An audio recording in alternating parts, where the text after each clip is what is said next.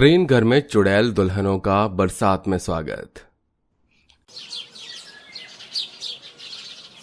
अरे ये क्या माँ जी, आप हमारा गृह प्रवेश इतनी बेकार थाल के साथ करवाएंगी? जरा इसकी हालत तो देखो, कितनी साफ सुथरी है। वरना क्या मैं तुम्हारे लिए नाले में भीगी हुई थाल लेकर आती? देखो, मैं चुड़ैल जरूर हूँ, लेकिन सफाई पसंद हूँ। मैं हाथ धोकर ही मरे हुए चूहे का खाना बनाती हूँ। अब ज्यादा बातें मत करो और जल्दी से अंदर आ जाओ, वैसे भी बहुत रात हो रही है। क्या माँ जी, हम भूत चुड़ैल रात के ही तो शहंशाह होते हैं। रात ही हमारी सब कुछ है और आप बोल रही हो कि बहुत रात हो गई। अच्छा तो ये बात है, तो चलो तुम सारी रात की शहंशाही बनकर घूमो। अब मैं तुम्हें अंदर नहीं बुलाऊंगी। ऐसे बोलकर भारती ने अपनी चुड़ैल बहुओं और बेटों के मुंह पर ही दरवाजा बंद कर दिया। भारती के इस बर्ताव से उसके बेटों को काफी गुस्सा आया। ये तुमने क्या किया माँ? माँ को जज्बाती बिल्कुल भी पसंद नहीं है। अब तुम्हारी वजह से हम भी यहीं बाहर ही सड़ेंगे।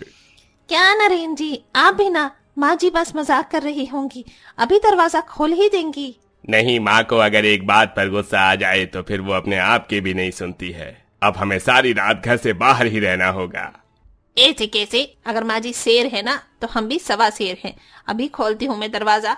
गोमती ने अपना जादू चलाया और घर का दरवाजा खोलने के लिए वो जोर से दरवाजा खींचने लगी। साथ में गंगा भी उसकी मदद करवा रही थी। अरे अरे सुनो तो सही, ऐसा मत करो, ऐसा मत करो। दोनों चुड़ैलों ने कुछ नहीं सुना। भारती का घर पुराना था, इसीलिए ज्यादा ताकत लगाने की वजह से उसका दरवाजा और सामने की दीवार ही अलग हो गई। इस सब को देखकर भारती गुस्से में बाहर आई। क्या हो रहा है यहाँ? हे भगवान! सभी अभी घर से बाहर खड़े ही हुए थे कि तभी घर हिलने लगा और देखते ही देखते उनका पूरा घर झड़ गया। ये क्या किया तुम लोगों ने? माँ जी हम तो ये घर हजारों साल पुराना था। किसी तरह मैंने इसकी दीवारों को ग्लू और टेप से चिपकाया हुआ था, लेकिन तुमने सब कुछ बिगाड़ दिया। अब बोलो हम कहाँ रहेंगे? इतनी बड़ी भूतिया दुनिया में अब कहीं पर भी कोई पिलौट खाली नहीं है। अब बोलो कि मैं क्या करूंगी? अब इनसे क्या पूछना है माँ, इन्होंने तो बस काम बिगाड़ दिया। मैं जानता हूँ इसका हाल इन्हें मालूम नहीं होगा, क्यों है ना? हाँ। अब ऐसे में तो बस इंसानी दुनिया में ही चले जाना किफायती रहेगा। वैसे भी माँ न जाने कितने भूत चुड़ैल इंसानी दुनिया में रोजाना जाते हैं। चलिए हम भी चलते हैं। क्या कहा? इंसानी दुनिया? मुझे तो इंसानों से बड़ा डर लगता है। डर लगता है? वो भी तुझे? अरे जरा अपनी शक्ल देख, पिचके हुए टमाटर। तुझे अगर किसी इंसान ने देख लिया ना तो उसे दिल का दौरा पड़ जाएगा। अब मेरी इतनी भी तारीफ मत कीजिए ना। ये कोई तारीफ नहीं थी। चलो माँ, अब जब इंसानी दुनिया में ही जाना है तो नेक काम में देरी कैसी? ठीक कहा, लेकिन एक बात का जान लेना, अगर हम वहां जाएंगे तो इंसानों की तरह ही रहेंगे।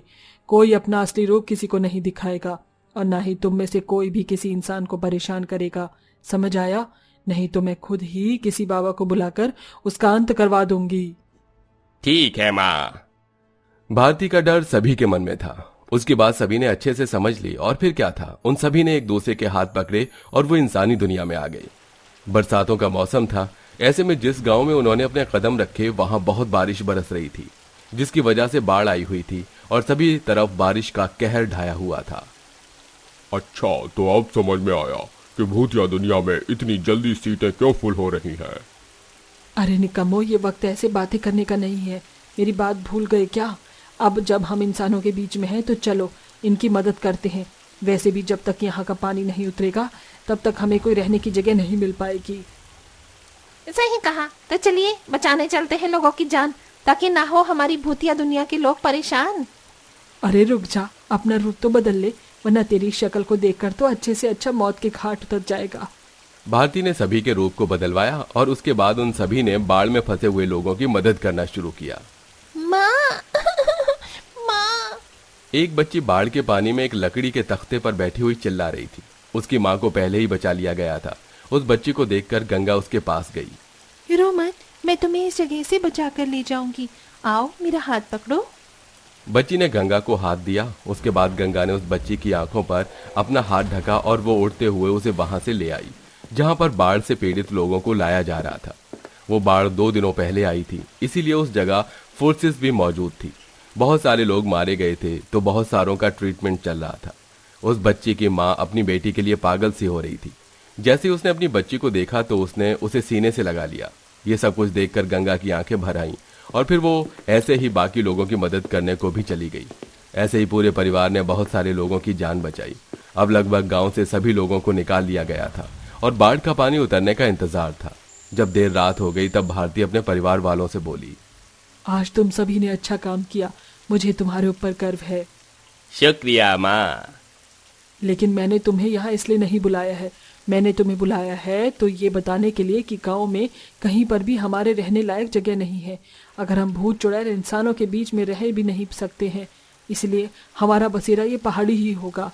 हाँ तो माँ जी, ये पहाड़ी भी गांव में ही है। हम एक काम करते हैं, अंदर की तरफ अपने लिए घर बनाते हैं, क्योंकि गांव के लोग यहाँ आते रहते हैं, लेकिन ज्यादा अंदर कोई नहीं जाता, तो हमारा वहाँ रहना सही होगा। अरे वाह, आज तो तेरा भी ये भूसा भरा हुआ दिमाग चल रहा है। क्या बात है, चलो नेक काम में देरी कैसी। भारती अपने परिवार के साथ उस पहाड़ी पर गहराए हुए जंगल में अंदर की तरफ को आ गई, जहां बड़े बड़े गछे हुए पेड़ थे और रात के समय में अजीब अजीब सी आवाजें भी आ रही थीं। ये जगह रहने के लिए अच्छी है। ठीक है, यहीं पर इन पेड़ों को काटकर घर बना लो। रुकिए, जरा देखिए, ये गड्ढे में कुछ है, घर जैसा ही लग रहा है।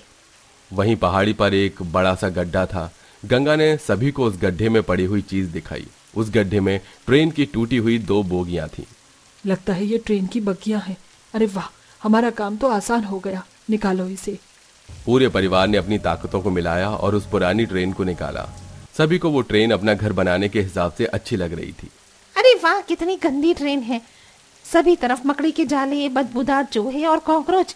मजा आ गया, हम इसी में ही रहेंगे। क्या बोला? चलो सभी चुपचाप इसे रहने के लायक करो। मैं सफाई पसंद चुड़ैल हूँ, कोई इस गंदे कचरे के डिब्बे में नहीं रहेगा। पहले ये साफ होगा तभी हम इसमें रहेंगे। भारती के ऑर्डर पर चारों पति पत्नी ट्रेन की सफाई करने लगे। गोमती ने सभी जालों को अपनी जीभ से ही साफ कर डाला था और साथ में गंगा और नरेंद्र ने सभी चूहे और कॉकरोचेस को निगल लिया और विशाल ने सभी तरफ अपनी लार में डुबोकर पोंछा लगा दिया। माँ जी, अब ठीक है क्या? एकदम फर्स्ट क्लास। उनका ट्रेन घर तैयार हो चुका था। भारती को भी सफाई पसंद आई थी। वो अंदर जाकर अपनी बहुओं को बुलाने लगी, लेकिन गंगा और गोमती अंदर नहीं आई। बाहर क्यों खड़ी हुई हो? अंदर आ जाओ। माँ जी, हम आपकी नई बहुएं हैं, हमारा गृह प्रवेश नहीं करवाएंगी। सही कहा, हम कितनी बदनसीब बहुएं हैं ना, जिनका अपनी ससुराल में स्वागत भी नहीं हुआ। इतना दुखी होने की जरूरत नहीं है, अभी तुम्हारी सास मरी नहीं है। चलो मैं तुम्हारा गृह प्रवेश करवाती हूँ। भारती ने जादू से सामान जुटाया और अपनी बहुओं का गृह प्रवेश करवाया। गृह प्रवेश करने के बाद दोनों बहुओं ने अपनी सास के पांव छुए और आशीर्वाद लिया।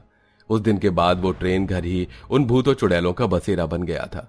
वहीं दूसरी तरफ गांव में से बाढ़ का पानी उतर चुका था और गांव वाले भी अब एक अच्छे जीवन की कामना कर रहे थे और अब सब कुछ ठीक हो चुका था।